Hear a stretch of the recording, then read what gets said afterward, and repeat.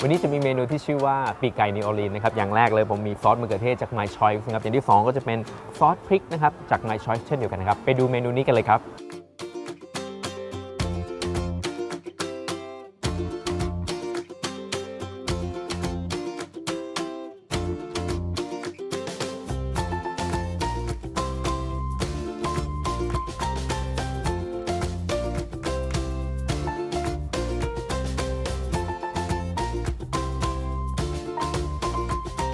เมนูต่อไปนะครับก็จะเป็นเมนูปีกไก่นิวออร์ลีนนะครับอย่างแรกเลยนะครับผมจะเริ่มต้นด้วยเนยนะฮะผมจะคั่วด้วยอันนี้ก็จะเป็น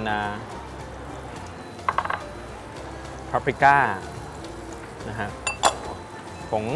กระเทียมนะฮะให้มีกลิ่นหอมตามด้วยน้ำตาลนะฮะแล้วก็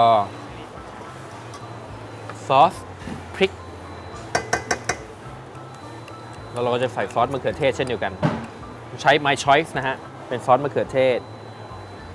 แล้วก็ My Choice เหมือนกันนะครับเป็นซอสพริก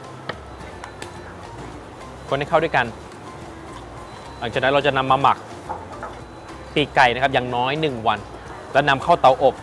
180องศาเซลเซียสนะครับคุณผู้ชม10นาทีแรกนะครับ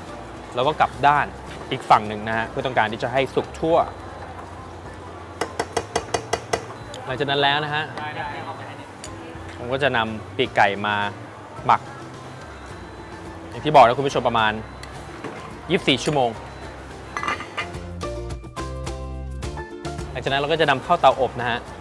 ประมาณ20นาทีอันนี้เราก็ใส่เข้าไปในเตาอบที่180องศานะครับฝั่งละ10นาที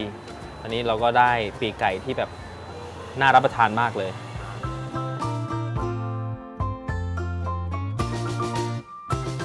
เสร็จเรียบร้อยแล้วครับปีกไก่นิวออร์ลีนครับ